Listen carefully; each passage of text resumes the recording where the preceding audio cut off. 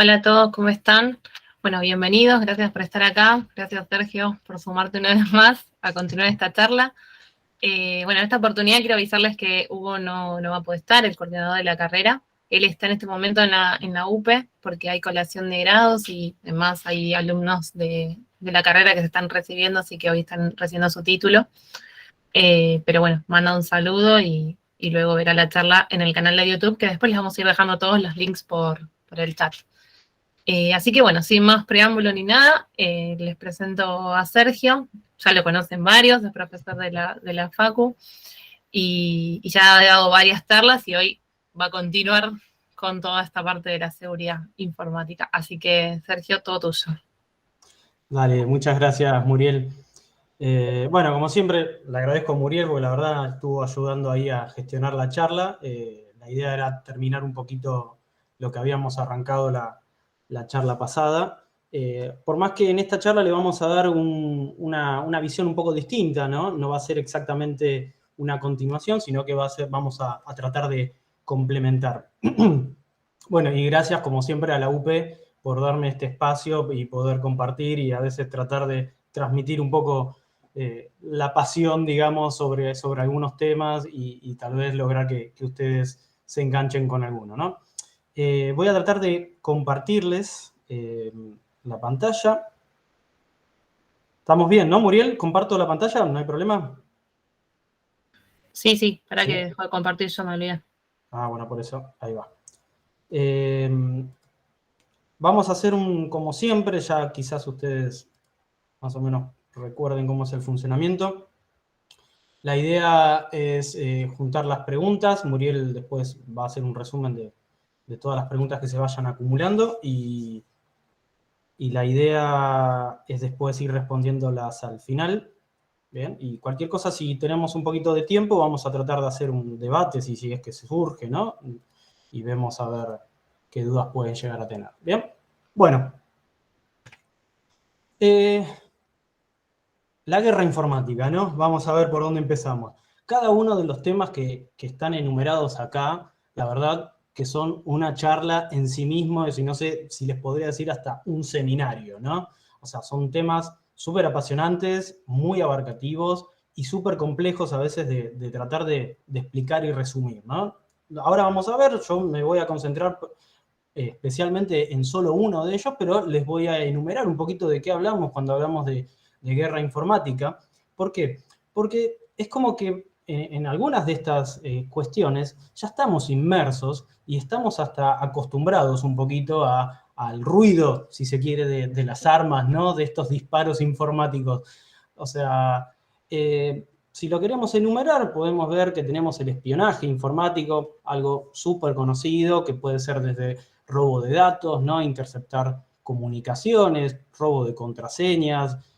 Lo hemos visto también en el formato del espionaje que fue lo de Wikileaks, ¿no? Con inclusive Edward Snowden, que tuvo toda esa persecución. Tenemos, por ejemplo, ahí al costado vemos el logo de un proyecto de Estados Unidos donde es un satélite, no es mentira, ese es el logo del proyecto, ¿no? Ese pulpo que trata de abarcar todo el planeta, es un satélite para espiar las comunicaciones en todo el planeta. O sea, básicamente hay proyectos realmente para el espionaje informático, lo cual entra dentro como un arma, ¿no? Y también entran empresas privadas, que quizás ya son más públicas, como Microsoft, Google, Yahoo, Apple, bueno, Facebook y un montón de otros que quedan ahí en la ensalada, que lo que hacen es trabajar con esa información, ¿no? O sea, cuando el espionaje trata de buscar en qué anda una persona, etcétera, etcétera.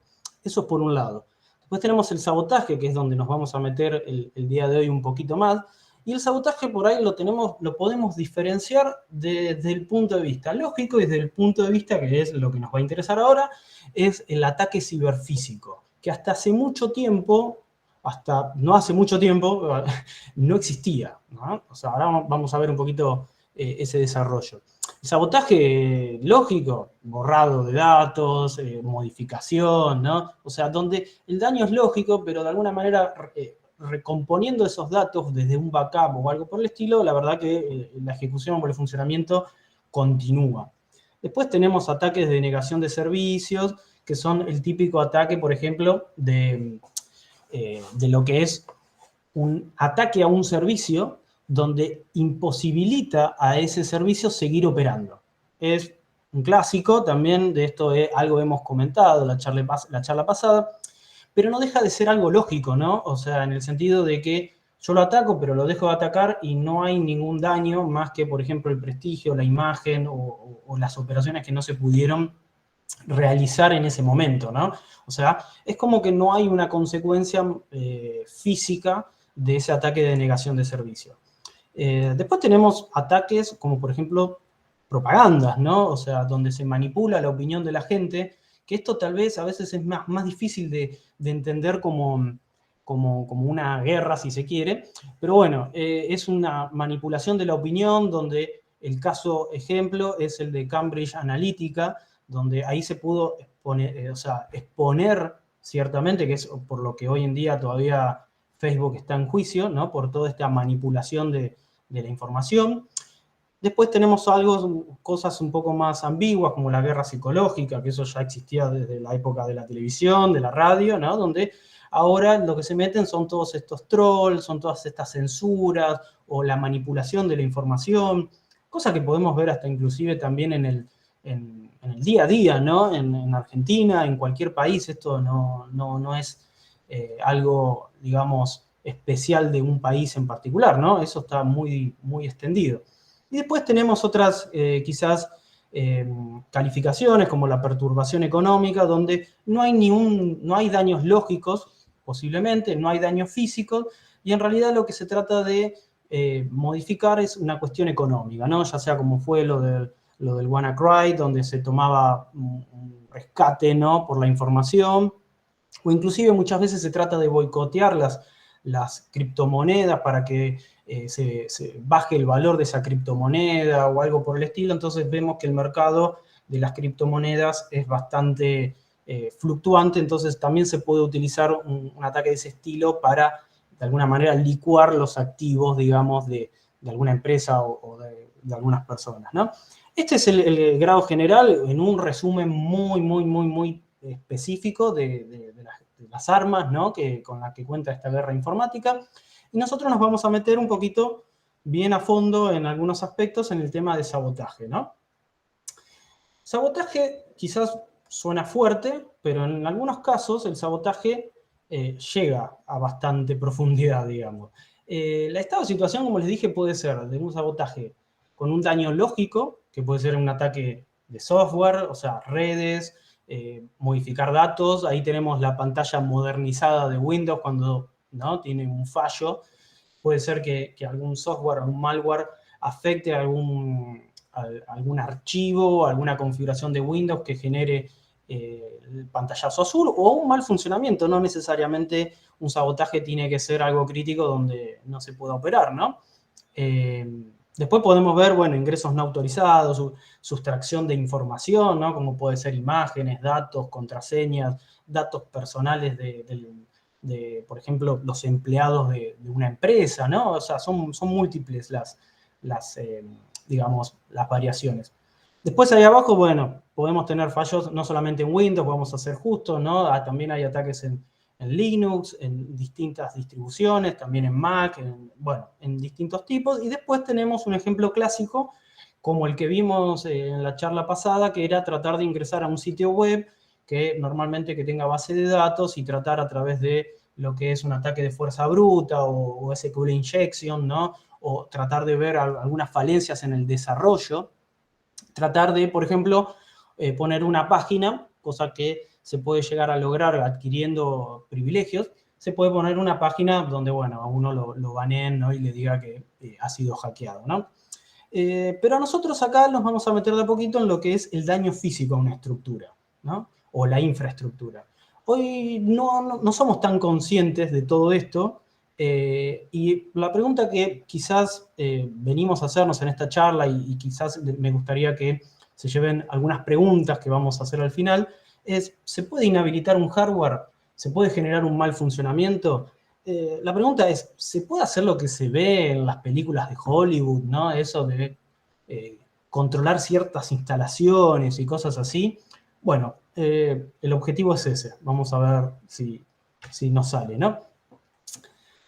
Para eso hay que entender un poquito la situación del hardware.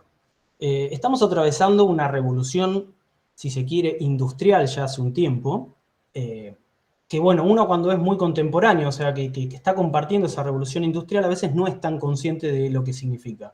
Pero estamos en el mismo orden de la revolución industrial cuando fue la producción en cadena, ¿no? Y cuando se inventó la máquina de vapor. Estamos a ese nivel de revolución industrial, donde todo se está conectando, todo está vinculado a computadoras, todo se está vinculando a sistemas, y vamos a ver que, por un lado, tenemos que el avance tecnológico, como dice ahí, colisiona, ¿no?, con algunas preferencias. A veces no es tan sencillo modernizar el hardware. El hardware normalmente es algo muy difícil, no sé si es muy difícil, pero es mucho más difícil de actualizar que un software, ¿no? No tiene la misma dinámica, digamos. Y en este caso, en las industrias, lo que más nos interesa es lo que conocemos como sistemas de tiempo real. ¿Bien? Nosotros podemos tener un lavarropas conectado a internet, un aire acondicionado, no sé, las luces, ¿no?, como las Wiis, y el celular, que podemos controlar un montón de cosas y demás. Pero quizás si hay algún defecto en eso, tanto como que no es tan crítico, ¿no? Ahora, ¿qué pasa si en un proceso industrial, en un proceso productivo, tenemos un fallo, ¿no?, producido por un software que tiene una vulnerabilidad? ¿Bien? En esos sistemas, que se llaman sistemas de tiempo real y están vinculados a lo que nosotros vemos ahí como IIC, que es instrumentación y control, ese software, junto con el hardware, que es comandado por el software, tiene ciertas características, ¿no? Como que el ciclo de vida es grande. O sea, tenemos como que no es algo que cada 2 años estamos renovando, sino que una inversión en esta infraestructura normalmente requiere mucho tiempo de funcionamiento para amortizarla, etcétera, etcétera. Entonces, tiene mucho tiempo de vida. Después operan en tiempo real, o sea, tienen que cumplir estrictos tiempos para tomar decisiones. Un poco lo que hablaba Martín, ¿no?, en la clase de radares. O sea, no se puede a veces darle demasiado valor agregado a algunas señales, porque tiene que tomarse una decisión inmediatamente. Entonces, ahí también entra el punto siguiente, donde colisionan un poco el nivel de seguridad con las acciones operativas. O sea, colisiona la necesidad de que la respuesta sea inmediata, prácticamente, por eso es en tiempo real, con el paradigma de que tiene que haber seguridad. Entonces, a veces colisionan esas características, porque el que sea seguro también genera algunos, no sé si retrasos, pero condiciona ciertas operaciones para garantizar de que esa operación realmente sea correcta, ¿no? O sea, no se tome deliberadamente o por un error. La función que tienen estos sistemas de tiempo real y de instrumentación y control es evitar que el hardware quede fuera de sus límites de funcionamiento. Esto van a ver que ahora es súper importante cuando nos vayamos metiendo en un ejemplo, ¿no?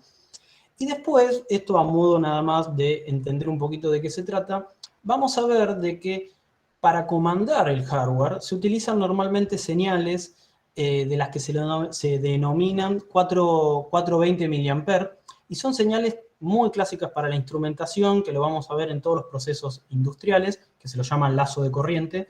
¿Por qué? Porque a través del software se comanda un hardware, y el hardware es comandado a través de estas señales, que ustedes seguramente si ya cursaron fundamentos de electrónica entenderán lo de la ley de Ohm y todo eso, y verán que no se utiliza voltaje, sino que se utiliza corriente para el manejo de esta instrumentación. ¿Por qué? Porque tiene mayor inmunidad al ruido, tiene un mayor nivel de precisión a lo que son las escalas de representación. No me voy a meter demasiado en todo eso, pero sepan que es la forma como se comandan, digamos, el hardware, el accionamiento del hardware a través del software, ¿no?, de tiempo real.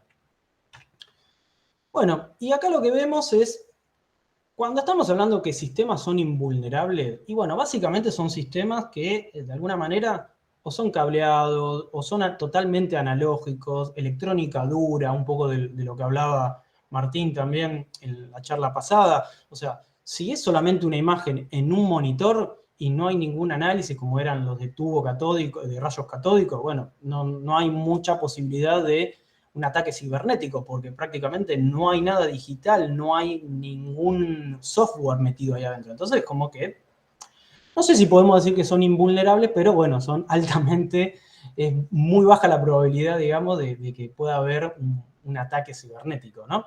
Donde tenemos ausencia total de acceso remoto, no se conectan con otras redes, estamos hablando de sistemas autónomos, ¿no? Digamos. Pero la vida real no es así. Y con esta revolución que les mencionaba recién, esta revolución industrial 4.0, lo que estamos viendo es que el software está metido en todos estos aparatos y tienen microcontroladores, microprocesadores que generan las instrucciones que accionan el hardware. ¿Bien? Vamos a ver de que hoy lo que vamos a tratar ahí de detallar rápidamente es que la tecnología digital se incorpora en sistemas de instrumentación y control reprogramables, o sea, se le puede poner un software y que hagan algo en particular. Tenemos sistemas de SCADA. SCADA es un sistema de control, de supervisión y adquisición de datos. Es creado por Siemens y básicamente tiene el formato de lo que vemos ahí abajo, ¿no? Que parece un tanque con una temperatura, bombas, válvulas. Bueno, el sistema SCADA es lo que ustedes habrán visto en algún momento en alguna pantalla de alguna película donde se prenden las lucecitas porque hay un error o algo por el estilo. Si vieron la serie de Chernobyl lo habrán visto, estaba en la pared. Es un diagrama de toda la planta donde va mostrando los valores, digamos, de cada uno de los puntos, o sea que pueden ser, como se muestra ahí, temperatura, presión, si una válvula está abierta, cerrada. Bueno, ese es un diagrama que ahora no es tan instrumental, sino que básicamente es una pantalla donde quizás con una pantalla táctil o algo por el estilo se pueden accionar ciertas funciones o que se muestran valores en tiempo real. Pero el sistema SCADA lo que hace es eso, es estar consultando toda esta información en tiempo real al hardware, ¿no? Y el hardware a través de sensores y de accionadores, que pueden ser válvulas, motores o diferentes tipos de accionadores, van tomando decisiones de acuerdo a lo que tienen programado. Y después tenemos un montón de otras cosas como sistemas de control distribuidos y centralizados, esto que es de lo que vamos a hablar ahora, el controlador lógico programable, es básicamente un hardware al que yo le puedo poner un programa, que ese programa tiene que estar codificado de una forma en particular, y eso determina cómo reacciona el hardware a ciertos sensores, ¿no? a ciertos valores. Después tenemos microcontroladores, dispositivos inteligentes y, bueno, dispositivos lógicos programados, que básicamente esto es un poquito, es lo que, bueno, por ejemplo, el FPGA, que es programar un hardware, ¿no? No me voy a meter demasiado en todo eso, pero sepan que cuando estemos hablando de todo eso es incorporar tecnología digital, o sea, de alguna manera en mayor o menor medida software, meterlo dentro de un hardware. O sea, el hardware no puede hacer nada si no tiene ese sistema digital, ese software dentro de su ejecución, ¿bien? Dentro de su ejecución, no, dentro de memoria flash, ROM, lo que sea, ¿bien? Cosa que, por ejemplo, los sistemas analógicos no necesitan eso, sino que cuando se prenden ya directamente se ejecuta, es algo directamente en una electrónica dura donde no requiere absolutamente ningún software para funcionar. Bueno, y acá nos vamos a meter un poquito más en esto. No sé si todos están al tanto de lo que es Stuxnet o Stuxnet, ¿no? como lo quieran pronunciar. Pero este malware significó lo que fue el Cisne Negro. A mí me encanta este libro, este autor. Siempre que trato de recomendarlo, si pueden, es un libro grande, medio difícil de leer, pero la verdad que es muy bueno. Habla de algo que ahora todos mirando en retrospectiva, ¿no? O sea, todos entienden y dicen, ah, bueno, sí, era evidente que esto en algún momento iba a pasar. Pero en su momento, cuando apareció este ataque, fue el primer ataque ciberfísico, ¿bien? El primer ataque que trascendió desde lo que fue un software, un malware, y afectó realmente una infraestructura. ¿Bien? Lo que les voy a pasar a contar ahora es cómo se descubrió, qué se descubrió, qué efectos tuvo en la seguridad y en la industria en general, y cómo estamos al final de eso hoy en día y qué se está haciendo, qué se hizo o qué se puede hacer. ¿Bien? Bien, breve, ¿no? Esto, sepan que al final yo les voy a dejar un listado de URLs en el video, lo vamos a subir en la descripción, para que ustedes puedan profundizar en todo esto. Es un montón la información que hay. Yo voy a tratar de abrir una ventanita chiquitita y tratar de contarles lo más rápido posible de qué se trató todo esto, ¿no? Así que bueno, arrancamos. ¿Cómo se descubrió? Bien, normalmente los sistemas antivirus tienen una forma de detectar comportamientos anómalos, si se quiere, que se llama la heurística. La heurística tiene firmas genéricas que lo que hace es, che, este programa medio como que este proceso estás queriendo hacer esto, no sé qué es lo que quiere hacer, pero bueno, es sospechoso. Entonces, normalmente, a veces automático, a veces no, se pide o se toma una muestra de ese proceso y se lo envía a empresas antivirus. En este caso tenemos esta empresa antivirus de Bielorrusia, que lo que hizo fue analizarlo, ¿no? Y detecta que era un malware, fíjense la fecha, estamos hablando de 2010, ¿no? Y decide hacer público, pero en forma genérica. Miren, hay un malware que lo llamó de una manera y dijo, esto tiene un comportamiento raro. Sin embargo, no se quedaron con eso porque tenía estas particularidades, ¿no?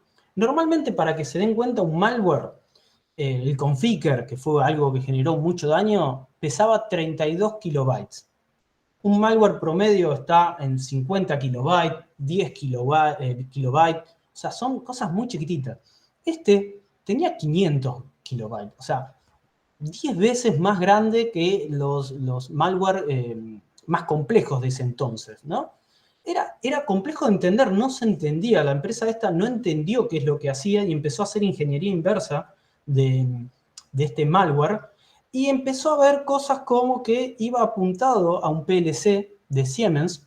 Los PLC son esas cosas que están ahí abajo, esos equipos grises, que son como computadoras bobas, con respeto, ¿no?, a estas computadoras, pero son como computadoras donde se les pone un software y solamente saben hacer eso. Tienen sensores, fíjense que cada una de esas lucecitas quizás es un actuador,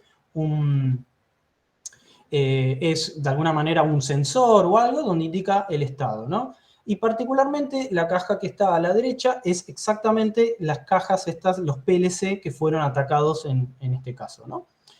Y también esta empresa lo que detectó es que había ataques zero day de Windows, ¿no? O sea, que era llamativo que no haya un objetivo claro. O sea, normalmente los objetivos de la época eran robar datos, no sé, colgar la computadora, hacerla más lenta, inutilizarla de alguna manera, pero no encontraban, o sea, veían que en las computadoras estaba este malware y aparentemente no hacía nada.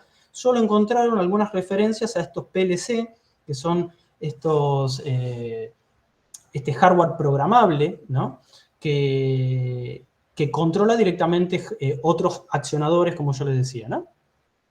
Pero bueno, quedó ahí, se siguió investigando y luego se intentó ampliar el análisis. ¿Qué pasaba? Porque no podían terminar de entender cómo algo tan complejo no haga nada, ¿no? O sea, era muy sospechoso y pueden leer toda la historia. Hay documentales de esto, ¿no? Lo pueden buscar en YouTube, donde explican, ¿no?, el afán de la gente que estaba investigando todo esto, cómo soñaba a ver qué era lo que estaba pasando en realidad.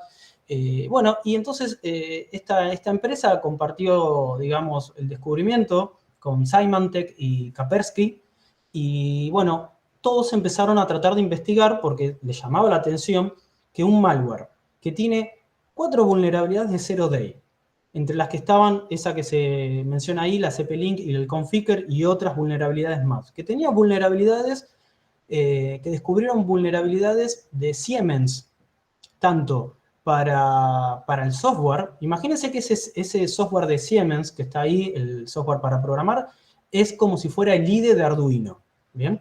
O sea, es exactamente lo mismo. Ustedes codifican algo y después se lo mandan al Arduino para que ejecute la rutina que ustedes tienen en el Arduino. Y después también se dieron cuenta de que tenían algunos defectos en el sistema de SCADA, que era la última falla. No, y eso no era todo. O sea, empezaron a ver de que ese software estaba firmado originalmente con certificados de las empresas, bueno, J. Micron y Realtek. ambas empresas de Taiwán. O sea, esos certificados son como las huellas digitales. O sea, era la primera vez que veían que un malware estaba firmado con un driver de estas empresas. Y no solo eso, sino que además tenían un sistema de command and control que buscaba unos servidores que, buscándolos, descubrieron de que estaban hosteados en Dinamarca y Malasia. ¿Bien? Brevemente, ¿qué es un sistema de command and control? Bueno, command and control es, acá tenemos el atacante, comparte el virus, es el paso 1, llega de alguna forma, llega a la PC, y la PC lo que hace es conectarse a ese servidor de command and control y lo que les dice es, mira, yo estoy infectado, ¿qué hago?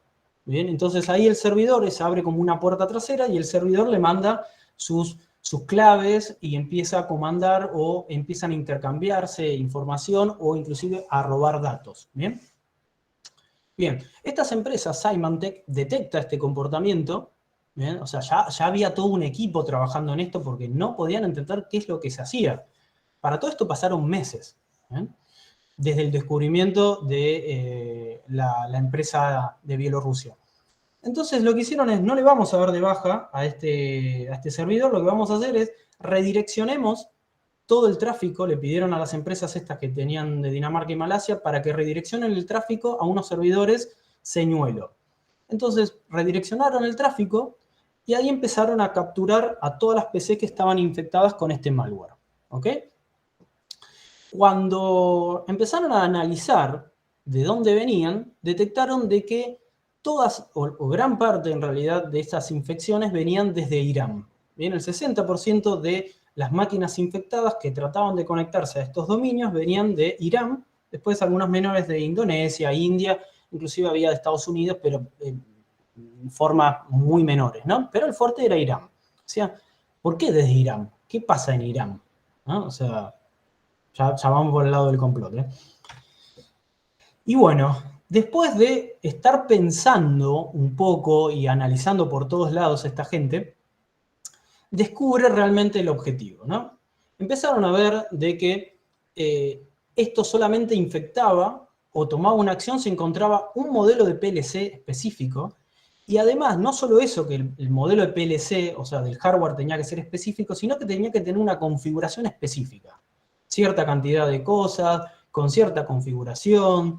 Era algo extremadamente complejo y súper específico. No es que agarraba una red e infectaba toda la red así, o sea, como podría ser el WannaCry, que bueno, infectaba la máquina y tomaba cualquier computadora y pedía rescate por cualquier computadora. No, era súper selectivo el virus, algo que nunca se había visto antes, ¿no? O sea, era súper selectivo. ¿Sí? Por ejemplo, si infectaba una máquina que no tenía conectado el PLC, o sea, que básicamente era una computadora que no programaba PLC, se propagaba, pero no hacía otra cosa, quedaba ahí como en stand-by.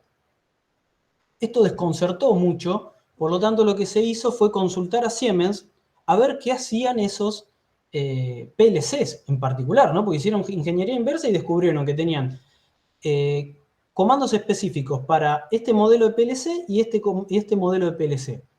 Y bueno, Siemens lo que les dijo es, este modelo de PLC se utiliza para las centrifugadoras, normalmente de enriquecimiento de uranio, y este modelo se utiliza para el accionamiento de válvulas. También normalmente utilizado para procesos industriales y en este caso también para el enriquecimiento de uranio. Y ahí fue cuando todo se puso bastante complejo. ¿Por qué? Porque Symantec pasó un tiempo hasta que trató de publicar esto, pero la verdad que tenía sospechas fuertes de que esto se trate de una operación encubierta para, de alguna manera, boicotear o sabotear el plan de enriquecimiento de uranio de Irán. ¿Bien?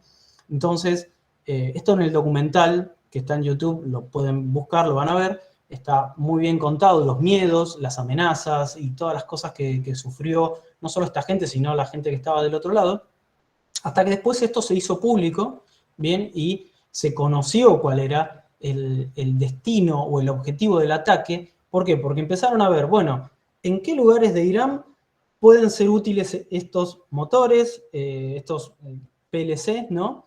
¿Dónde puede haber centrifugadoras para el enriquecimiento de uranio? Y así es como lograron, de alguna manera, aislar dos lugares, de los cuales la planta de enriquecimiento de Natanz era la candidata. ¿Bien? Ahora, fíjense de que había todo un malware específico para atacar una instalación industrial específica. ¿Pero por qué? ¿Bien? La pregunta se responde muy fácilmente si pensamos que esta instalación estaba, según algunos datos, entre 15 y 20 metros subterránea, o sea, tenía altas defensas antiaéreas y prácticamente era invisible a cualquier radar y a cualquier forma de espionaje, porque tenía una seguridad que no tenía ninguna otra instalación. Entonces, como no era imposible un ataque convencional, se diseñó la posibilidad de retrasar el desarrollo nuclear de Irán a través del primer ataque, digamos, ciberfísico a una instalación industrial, ¿no? A un sabotaje utilizando software. Bien. Ahora, acá les presenté un poco el contexto inicial. Ahora vamos a ver cómo se logró esto. ¿Qué tenía este malware que fue tan difícil de descubrir, fue tan difícil de entender una vez descubierto, y por qué de alguna manera estaba tan direccionado y específico a esta planta, ¿no? Bueno, existieron dos versiones principales de este malware, y la versión inicial infectaba con un pendrive, o sea, la vieja escuela. Tenés un pendrive infectado, te llega por la red local o un correo, o sea, básicamente podía ser un link que te llegaba por correo, lo abrías, te infectaba la máquina, y cualquier pendrive que colocaras en esa máquina quedaba infectado. Entonces, de esa manera, lo que se intentaba era contagiar o infectar una biblioteca específica del software de Siemens, una DLL, que permita tomar control sobre el software de Siemens, ¿no? Para eso, vamos a ver ahora más o menos el método que se utilizaba. Bueno, se propagaba infectando otros USB, se conectaba, tenía como una forma bastante rudimentaria esta versión de Command and Control, pero si no se podía conectar no pasaba nada, funcionaba igual, era autónomo y seguía como por piloto automático. Primero intentaba conectarse a ya vimos que se conectaba a dos PLC, pero esta primera versión solamente se conectaba a esta versión de PLC, y hacía lo que se denomina un ataque man in the middle, que es ponerse en el medio y oficiar de intercambiador, digamos, ¿no? Le llega un dato y en realidad te lo modifico y se lo mando. Cuando me responden, lo modifico y te lo devuelvo. Entonces es lo que se le llama un ataque man in the middle. ¿Bien? Para hacer eso fue sorprendente porque el malware tenía mucho conocimiento de lo que era la planta. Había un trabajo de espionaje de cómo funciona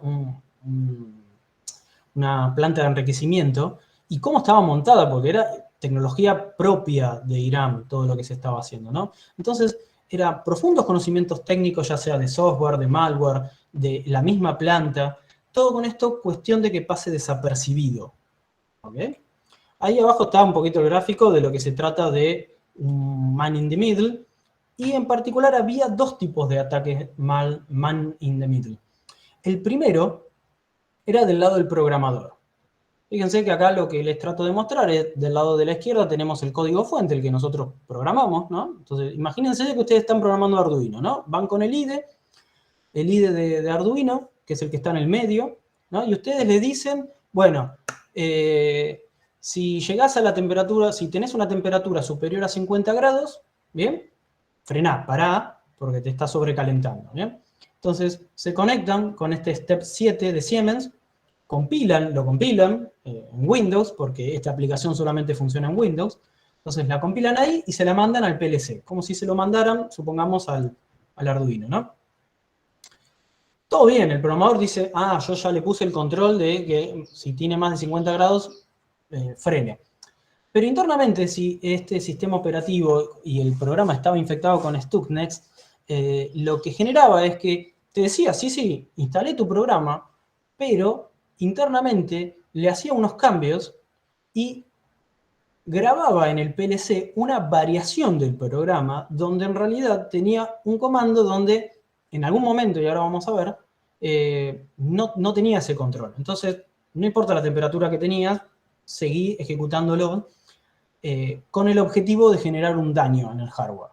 Algo tan sencillo, fíjense que es algo tan sencillo, pero como que nunca se había logrado realizar anteriormente. Entonces, fíjense que se instalaba el malware se instalaba con el código modificado en el PLC. Y no solo eso, sino que ahora vamos a ver que engañaba el sistema de monitoreo. ¿Bien? Mientras que engañaba el sistema de monitoreo, el PLC con el malware hacía un festival de aperturas de válvulas con un cierto, digamos, criterio, porque no era, abro así aleatoriamente, juego un poco con las cosas, sino que sabían específicamente qué hacer para generar daño. Había mucho conocimiento de la infraestructura, no era algo azaroso, no era algo realmente improvisado, ¿no? Entonces, fíjense lo que pasaba. Lo que generaba este malware era, como esto es un PLC, tiene poca memoria, entonces no se podía dar grandes lujos, pero estaba muy bien pensado. Agravaba 21 segundos de todos los valores de una operación normal. Es como si le ponemos una filmación en loop, ¿no? Bueno, una cosa así hacía. Cada 27 días se activaba esto, ¿no? Y grababa una operación normal del funcionamiento de todos los sensores. Los ponía en la memoria y al sistema de monitoreo le decía, está todo normal, está todo bien, está todo perfecto. Mientras que le decía al sistema de monitoreo, o sea, el operador veía que estaban todas las luces en verde, vamos a decirlo, ¿no? O sea, de alguna manera el sistema SCADA era engañado y al sistema SCADA lo que hace lo mira un operador. Todo normal estaba todo bien. Entonces, cuando reproducía esos valores en el sistema de monitoreo, alteraba las válvulas de una forma para que el gas, las centrífugas, lo que se le inyecta es gas y tiene un proceso de lo que es un proceso, no me sale ahora el nombre, de cascada, vendría a ser donde se va tratando de aumentar la pureza del uranio, ¿bien? Pero si en ese proceso se manipula la presión del gas, lo que produce es la solidificación de ese gas y lo que genera es modificar o inutilizar en realidad la centrífuga porque se le genera como residuos sólidos adentro y la destruye, ¿no? Pero era tan aleatorio que realmente nunca se detectó este ataque. Este ataque pasó totalmente desapercibido, ¿bien? Fíjense de que si nunca se hubiese pasado a la siguiente fase, este ataque todavía, bueno, ahora vamos a ver que después hubiese vencido el tiempo de este ataque, pero nunca se descubrió este ataque, ¿bien? Lo que no se sabe bien es por qué se decidió pasar a una versión más poderosa de este malware, ¿bien? Lo que se cree realmente es que estaba tan bien hecho, era tan sigiloso, y las instalaciones de Irán nunca comunicó externamente de que esto estaba pasando.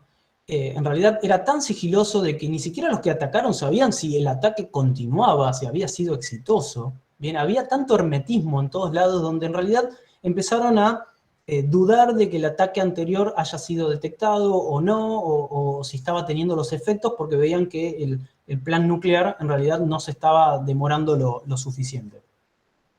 Entonces acá ponen toda la artillería y agarran todos los ataques de Zero Day que tenían disponibles, todo lo que tenían para poner puertas traseras, agarran otro dato que tenían de un PLC que manejaba la velocidad de rotación de la centrífuga y se ponen a jugar con eso, ¿bien? Hacen que este malware se transmita también por internet. O sea, el gran problema de esta versión es que generó mucho ruido y fue lo que produjo finalmente de que el virus salga de las instalaciones de alguna forma, y este es efectivamente el virus que se descubre. ¿Por qué? Porque era tan contagioso y tan ruidoso que generó que de alguna manera fuera detectado. ¿Bien?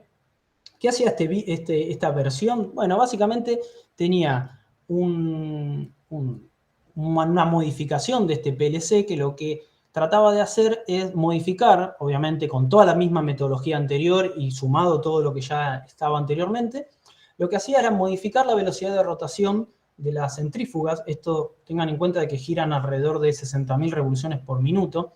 Entonces lo que hacía era ponerlas muy rápido, después lentamente bajar la velocidad, pero las ponía en resonancia, porque hay ciertas velocidades donde entra en resonancia, entonces empezaban a vibrar y empezaban a romperse los ejes y a inutilizarse las centrífugas. ¿Bien? Esto lograron identificar eventos, bueno, como se dice ahí, en junio de 2009, en marzo de 2010, y finalmente, supuestamente, el último ataque con esta versión fue en mayo de 2010. Estos son todos supuestos, ¿no? No hay una versión, digamos, completa de todo esto, porque hay mucho de secreto, hay mucho de espionaje, son todos supuestos de cosas que se fueron recolectando después con el tiempo, ¿no? ¿Cuáles fueron las consecuencias de todo esto? ¿Bien?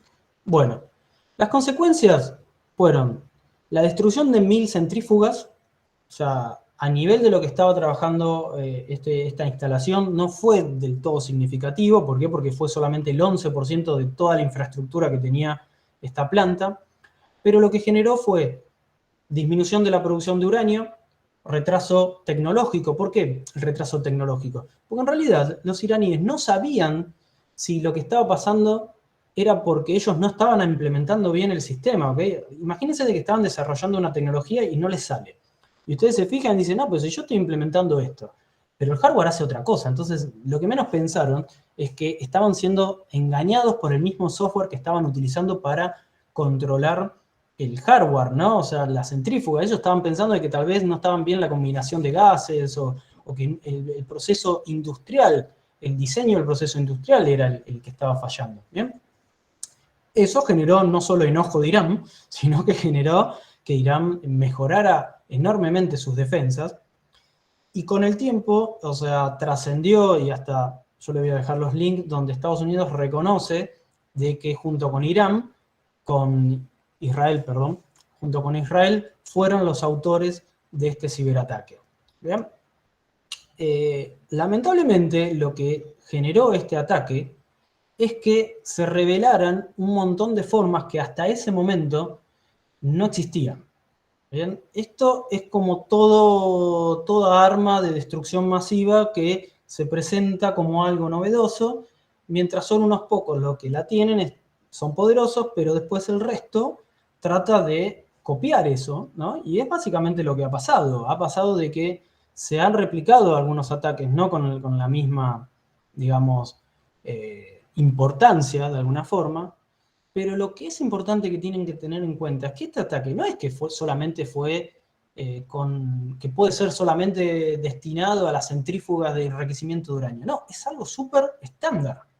Este ataque puede ser utilizado para cualquier proceso industrial que hoy en día se utiliza en cualquier parte del mundo. O sea, se pueden atacar plantas de energía de cualquier tipo, fábricas automotrices, cualquier medio de transporte complejo utiliza estos controladores PLC y otros para controlar toda la instrumental, ¿no? Ya sea submarinos, aviones, barcos, etcétera, etcétera, etcétera. O sea, fue súper crítico el revelar todas esas características, todas esas configuraciones, todas esas debilidades, porque es el día de hoy que no fueron parcheadas todas esas vulnerabilidades, no todas completamente. Y ahora vamos a tratar de hacer un repaso de todo eso, ¿no? Fíjense, no voy a entrar en detalle en esto, porque si no se va a hacer muy largo. Esas son las vulnerabilidades que solamente este ataque incluía. Tengan en cuenta de que hasta por ese entonces, de Windows solamente había una vulnerabilidad de día 0 por año, 2. Acá solo este malware tenía 4, 5 si contamos la de Conficker. ¿Bien? Era una locura el despilfarro de, digamos, vulnerabilidades que estaban siendo utilizadas. O sea, la pregunta es, ¿cuántas otras vulnerabilidades hay hoy que se conocen o se pueden llegar a utilizar que no están documentadas? ¿Bien? Y no solo eso, sino que el software tenía un autocontrol, un autodestruirse, de que lo que permitía es que en esa fecha que está ahí, se borrara. O sea, no dejaba ningún rastro de que haya existido. Por eso la pregunta que muchos se hacen es, ¿cuál fue la necesidad de que se acelerara, ¿no?, el proceso? No sé si hubo una cuestión quizás de la operación, ¿no?, de que quería ver resultados más rápidos. No sé cuán bien o cuán mal salió todo eso. El programa nuclear continuó, ¿no? Pero bueno, fue un gran impacto a nivel de la seguridad informática en general. Como para ir cerrando, ¿qué nos dejó todo esto? Bueno, A nivel del hardware empezaron todos a correr, ¿bien? Porque generó una revolución, un caos a nivel del sistema de control industrial y empezaron a tomarse medidas que a veces eran muy relajadas. Y fue un cambio de paradigma. O sea, las vulnerabilidades a nivel hardware no tienen nada que ver con las vulnerabilidades a nivel del software. ¿Por qué? Porque no hay un zero day a nivel del hardware. ¿Bien? No hay ataques complejos, no hay ataques complejos como desbordamiento de buffer o buscar algo que no está bien programado, o el desbordamiento de una variable, o como muchos entenderán, qué sé yo, que se quedan sin memoria y cosas así. No. Fueron cosas, se aprovecharon de características legítimas del producto. O sea, ya sea cierro o abro una válvula en el momento que no es el indicado, hago girar en una revolución que hace vibrar el componente, engaño al sistema de monitoreo diciendo que está todo bien, que los valores están dentro del parámetro, pero internamente está haciendo cualquier cosa. Imagínense de que estas centrífugas están en una habitación aislada, cerrada, no es que hay gente mientras está funcionando. Entonces, prácticamente no las pueden ver, no pueden escucharlas, no están ahí, ¿no? O sea, y si están ahí, quizás necesariamente justo en ese momento por ahí no sabrían qué es lo que estaría pasando, ¿no? Lo otro que dejó también es que dejó el código y demostró cómo modificar el código de estos PLC. Está en internet. O sea, cómo modificar legítimamente ese código y que no se dé cuenta, ¿no? Demostró cómo con simples operaciones de memoria, quizás muchos que programan en C, entenderán de que es un puntero. Utilizar punteros, este malware en su mayoría estaba programado en C y en C++. Junto con otras cosas, ¿no? Pero en su mayoría con eso. Y con simple punteros a memoria, alteraron los sensores, las lecturas, el sensor leía un valor, pero iba a memoria, modificaba ese valor y le decía, está todo bien, ese valor es correcto, y mostraba por pantalla ese valor dentro de los rangos permitidos. Obviamente mostró un montón, dejó a la vista un montón de vulnerabilidades que tardaron mucho. Fíjense esto, perdón que vuelva al anterior, una de las vulnerabilidades, se cree que ahora sí, recién fue resuelta en 2020. O sea, estuvo 10 años sin parcharse esa vulnerabilidad. Y la pregunta es porque en realidad esa vulnerabilidad se parchó varias veces y se descubrió que tenía una vulnerabilidad. No, se parchó de nuevo y no, en realidad tenía otro problemita. Y así sucesivamente, hasta que ahora dicen que, bueno, en el 2020, hasta que no se encuentre algo nuevo, aparentemente está el parche que no está esa vulnerabilidad, ¿no? Y lo otro es que estas vulnerabilidades van a quedar por mucho tiempo, por lo de la obsolescencia del hardware, ¿no? El hardware no, por más que hayan pasado 10 años, los mismos equipos que se utilizaban hace 10 años todavía se siguen utilizando. Estos equipos de la industria se utilizan hace 50 años. ¿Bien? O sea, muchos de estos, lo único que ha cambiado es a veces la parte de la operación, de cómo se operan, de que ahora en vez de operarse con electrónica dura, se operan con PLCs que tienen este software, pero en definitiva son válvulas de accionamiento electromecánico o son motores eléctricos, tecnología que no va a cambiar. Y a su vez, porque aparte utilizaron limitaciones propias del hardware. No es que hay un error en la construcción del hardware. No, el hardware puede girar a cierta velocidad y es obvio que si lo sacan de esas revoluciones va a fallar o va a generar un problema. Es como si al auto tratan de arrancarlo en tercera, ¿no? O sea, sí, va a arrancar, pero a la larga eso genera un desgaste, un mal funcionamiento y tarde o temprano se rompe. ¿Bien? Bueno, y como siempre, ya ahora sí para ir cerrando, a mí me gusta dejarles una serie de preguntas, ¿no? Como para, si se quiere, razonar de qué se trata todo esto. Y pensar un poquito si es posible garantizar la seguridad de alguna forma, ¿no? Porque todo esto ya se ha visto.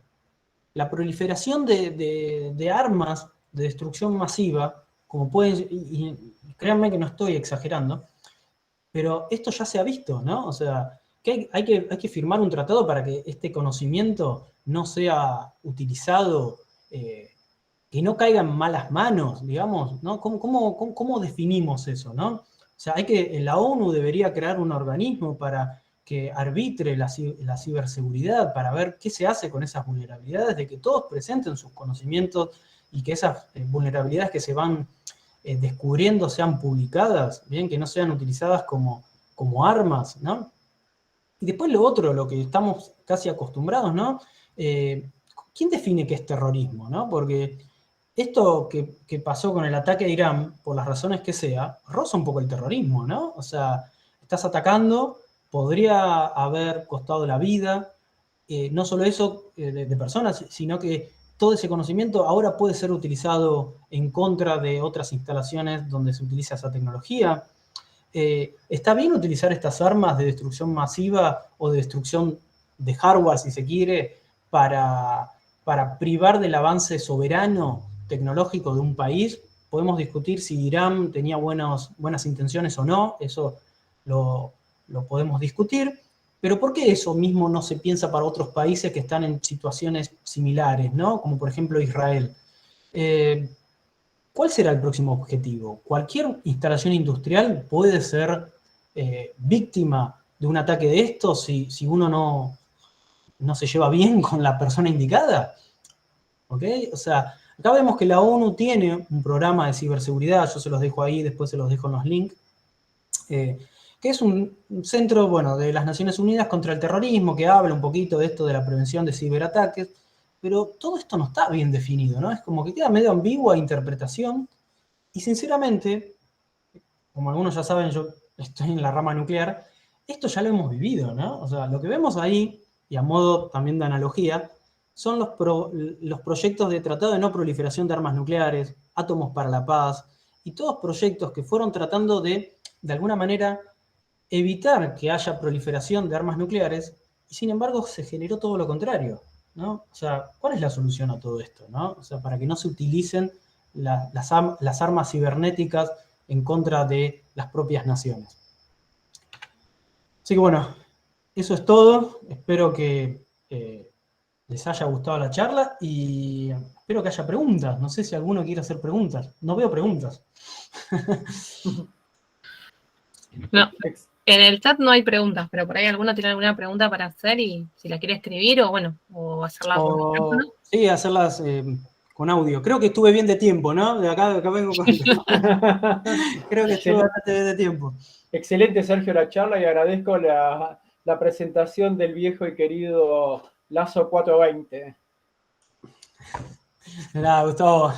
¿Cómo andas, che? Muy bueno, muy bueno, la verdad. Súper vigente el 420. El 420 no se muere, ¿eh? Sí. ¿Sabes lo que me sorprende un poco de lo que vos estabas contando del caso? De que vos sabés muy bien que todos estos sistemas son redundantes en general. Sí. Y que normalmente esa redundancia no es copia, sino que hacen, por ejemplo, 3 placas totalmente diferentes, con el que tiene el conector igual, ¿no? Sí. Me llama la atención que no hayan tenido, por ejemplo, un sistema independiente de los PLC para medir temperatura, velocidad, como un testigo, ¿no? Eso, como Mirá, comentario. el tema, sí, yo no sé si en ese caso tenían redundancias. La documentación, mirá, si te interesa, yo ya lo hablé con Muriel para ponerlo. Esta persona, hay una charla TED, a mí me encantan las charlas TED, o sea, Sí. pueden leer esa charla, pueden ver esa charla de Ralph Lardner, que es el que explicó bien todo el proceso. El documento original está en inglés, pero están todos los detalles, están todas las explicaciones, están las capturas de imagen de las visitas a la planta de enriquecimiento con los controladores originales, y se muestran las capturas de pantalla de las fotos, medio como que trascendió. Yo no sabría decirte si había redundancia. Yo, por ejemplo, en la instrumentación con la que estoy trabajando hay redundancia por 4. Claro. O sea, no solo redundancia en placas similares, sino con tecnologías distintas. En una se utiliza un procesador, en otra se utiliza otro, por si llega a haber una falla en la misma fabricación del microprocesador. Exacto. Que es lo que se le llama o sea, seguridad por redundancia y por diversidad, ¿no? Porque tenés diversidad. Exacto, no me salía la palabra, correcto. Claro. Entonces, de esa manera se logra mayor seguridad. En este caso yo no sabría decirte, y aparte que era una planta experimental, ¿no? Ellos estaban tratando de desarrollar la tecnología de enriquecimiento de uranio. Entonces, yo por lo que vi no había redundancia de ese tipo. porque aparte eran cadenas en paralelo. Claro, No te lo sabría decir. claro. No, correcto. Ahí dice, bueno, te decía que un tema muy interesante, te dice ahí uno de los alumnos. Adrián. ¿Adrián es un alumno, me parece? ¿O sí? ¿Adrián Izarralde? ¿Sos alumno? Sí, Me sí, parece. soy. Sí, ahí estás. Perdón, Adrián. Ahí está. Es interesante el tema, porque justo da la casualidad que yo trabajo para una exportadora cereal y tenemos el sistema SCADA que controla justamente los niveles de presión de gases en los hilos por claro. Así que ahora me hiciste pensar que voy a... Si bien yo no estoy en el circuito, digamos, que manejo los PLC y eso, yo manejo el sistema de descarga, voy a mirar la información a ver cuáles son bien los modelos de PLC que fallan y a ver, los voy a pedir a la gente de allá de mantenimiento. A ver, las cuestiones de mitigación de todo esto, yo a veces tengo un vocabulario porque tuve tanto tiempo metido con el tema de seguridad que por ahí tengo que explicarlo, ¿no? La mitigación es pensar que siempre la vulnerabilidad va a existir. O sea, no se enloquezcan con la cuestión de quitar todas esas vulnerabilidades porque prácticamente van a tener que sacar todos los PLC. Y eso es algo imposible.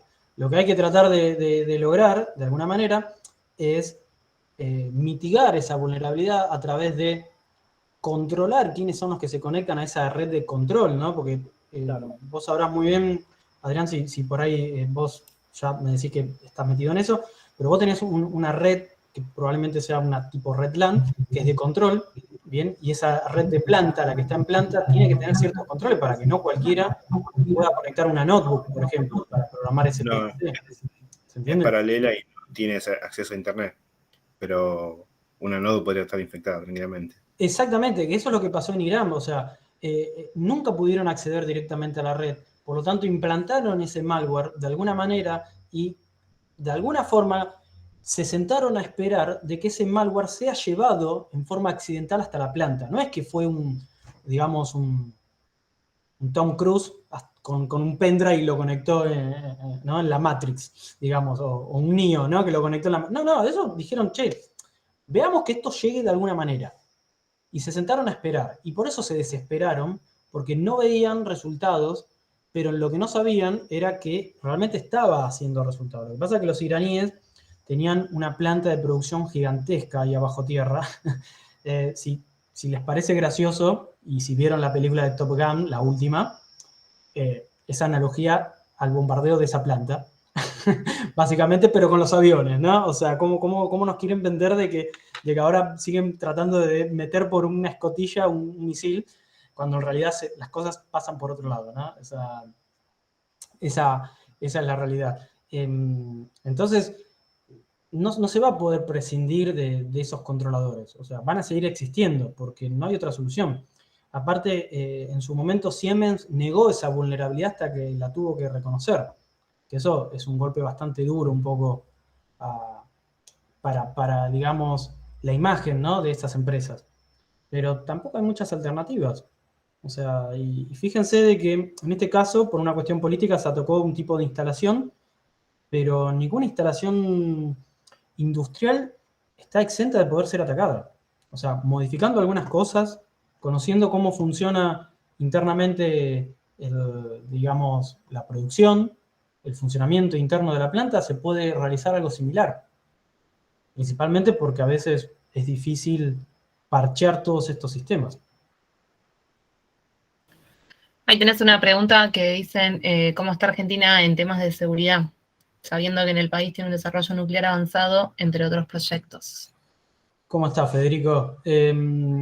A ver, asombrosamente, Argentina a nivel software es un país que lidera no solo la región, sino, asombrosamente no, yo creo que tiene un poquito también de valor agregado y cómo es la educación y demás, ¿no? Exacto.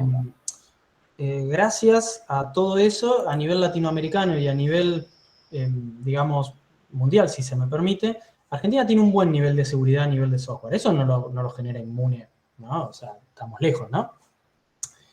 Y por el lado de los proyectos nucleares, en realidad, muchos proyectos nucleares todavía no están conectados con estas tecnologías.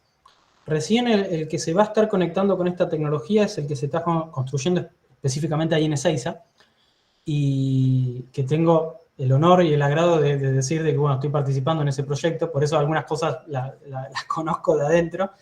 Y la verdad que se está poniendo bastante creatividad y bastante cosas novedosas ahí adentro, y la idea es un poco vender esa solución, porque tarde o temprano los reactores, como cualquier otra instalación, se va a tener que ir actualizando, ¿no? O sea, hay un proceso donde la electrónica dura en algún momento va a tener que dejar paso a una electrónica un poco más digital y un poco más con microcontroladores, microprocesadores, perdón, donde se puedan automatizar más cosas, porque en otras ramas de las industrias está pasando en la industria aeroespacial, ¿bien?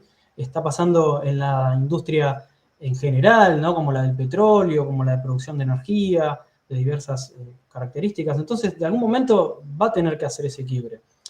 El único inconveniente, que si se permite decir inconveniente, es que las reacciones nucleares lo que generan es muy corto margen de reacción en tiempo real. ¿Bien? Entonces, lo que la ARN, que es la autoridad regulatoria o reguladora en Argentina, por ahora solamente determina que los sistemas duros, digamos, o analógicos, manejen las variables más críticas. ¿Por qué? Porque tiene que ser altamente determinista y reaccionar en breves segundos. No llega al segundo la reacción del apagado de un reactor. Entonces, todas esas cuestiones por ahora no se están delegando a software, ¿bien? Pero en algún momento ese paso va a haber que darse. No sé si primero será acá, si en otros lados, no lo sé. Lo que sí, nunca se va a conectar un reactor nuclear a internet, ¿no? O sea, eso no lo vas a poder manejar tan alegremente.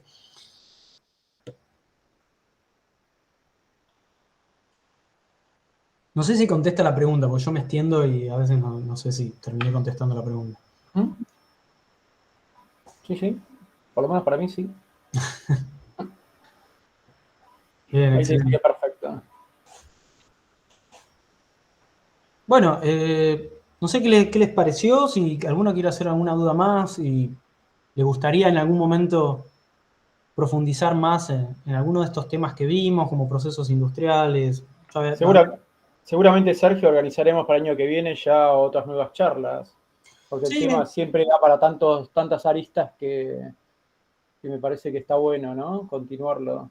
Y hay muchas cosas para contar. A mí soy un entusiasta, ¿no? Digamos, de estas cuestiones. Me enganché mucho con el tema de la instrumentación, o sea que si alguno quiere alguna vez charlar sobre el tema, podemos plantear temas y ver a ver si podemos armar algo con Gustavo, con alguno de los otros profes también. Me encantaría. Y poder armar algo, ¿no? Me encantaría, sí. ¿Por qué no? Me encantaría. Sí. Estaría muy bueno. De hecho, todo el tema de esto de seguridad nuclear, más ahora con el tema del conflicto en Ucrania, ¿no? Con Chernobyl y las centrales y esto, me parece que está muy en boga también, ¿no? Sí. A ver, yo voy a blanquear mi situación, ¿no? Yo soy un defensor de la energía nuclear, ya se podrán imaginar, por eso estoy en esto. Para mí es la solución a un montón de problemas energéticos, de contaminación y de un montón de cosas, que lo podemos discutir en otra charla si quieren. No quiero hacer una charla de debate, ¿no? Divagar demasiado. Una charla de debate estaría buena. Sí, y creo que a veces se desvía un poco el foco de atención de lo que es el riesgo de las centrales nucleares, y hay otros riesgos un poco más complejos, ya sea en la guerra como en otras cosas, ¿no? Sí. El otro día escuchaba una charla del presidente de la Organización Internacional de Energía Atómica, que es un argentino, que es Rafael Grossi, ¿no? Y él le explicaba de que en realidad el principal riesgo no es un bombardeo a la central nuclear, ¿bien? Porque la central nuclear está de alguna manera súper protegida, con misiles no la van a poder hacer explotar, ¿no? Una central nuclear no es una bomba nuclear, claro. ¿bien? Está muy lejos de ser una bomba nuclear, nada que ver. O sea, los riesgos pasan por otro lado, donde se corte el suministro eléctrico y no se puedan enfriar los combustibles. Pasa por cuestiones a veces mucho más sencillas, ¿bien? De lo que uno imagina de que, bueno, le van a tirar un misil y va a explotar todo y nos vamos a morir todos, ¿bien? O sea, El accidente más grave que existió en la historia de las centrales nucleares y de la energía nuclear, sacando de lo que fue el bombardeo, fue Chernobyl. Y la Organización de las Naciones Unidas contabilizó, si mal no recuerdo bien el documento, un total de 40 muertes por ese accidente. Bien, contando todos, hasta los exterminadores, los que entraron, los que estaban, los bomberos, etcétera, etcétera. Eso no es significativo de ninguna forma a lo que utilizan otras energías o en otras guerras, ¿no? O sea, entonces hay cosas que deberíamos replantearlas. Sí. Regístrense la asistencia. Sí, ahí estoy en la haciendo asistencia eco por el tema de los créditos, ¿sí? Sí, por el No tema de los se créditos. olviden. A Guaraní, creo que Muriel después, cualquier cosa les dice algún detalle más que me estoy olvidando, pero tienen que entrar a Guaraní para registrarse ahí y después ahí les van a contabilizar el crédito. No, eso ya está. No, eso Ya ya con está, que ya está, completen ese formulario ya está. Todo lo que les estoy escribiendo por el chat, no se olviden de completar ese formulario y con eso ya no, la asistencia ya después le pasamos los créditos. Después, chicos, esta charla va a quedar grabada en YouTube, lo tienen en el canal de YouTube, que ahí les dejé el link. Así que, bueno, si no hay más preguntas, Sergio, nuevamente te agradecemos por el espacio, por tomarte el tiempo para compartirnos todo esto. Muchas gracias, excelente charla, coincidimos todos. Gracias. Gracias a todos por venir, por asistir. Sabemos que es el final del cuatrimestre. Pilas y energía, que ya queda poquito para terminar el cuatrimestre, así que, bueno, que terminen bien y que tengan muy buen fin de semana todos. Gracias a todos por asistir, muchas gracias. Muy bien, muchas gracias sí, a todos por asistir. La verdad es un honor poder siempre compartir un rato con todos y bueno, espero que les haya gustado y bueno, hasta luego, ¿bien? Seguro que sí, Sergio, no me cabe dudas. Chao, chao, adiós. Hasta luego, chao, chao. Chao, hasta luego.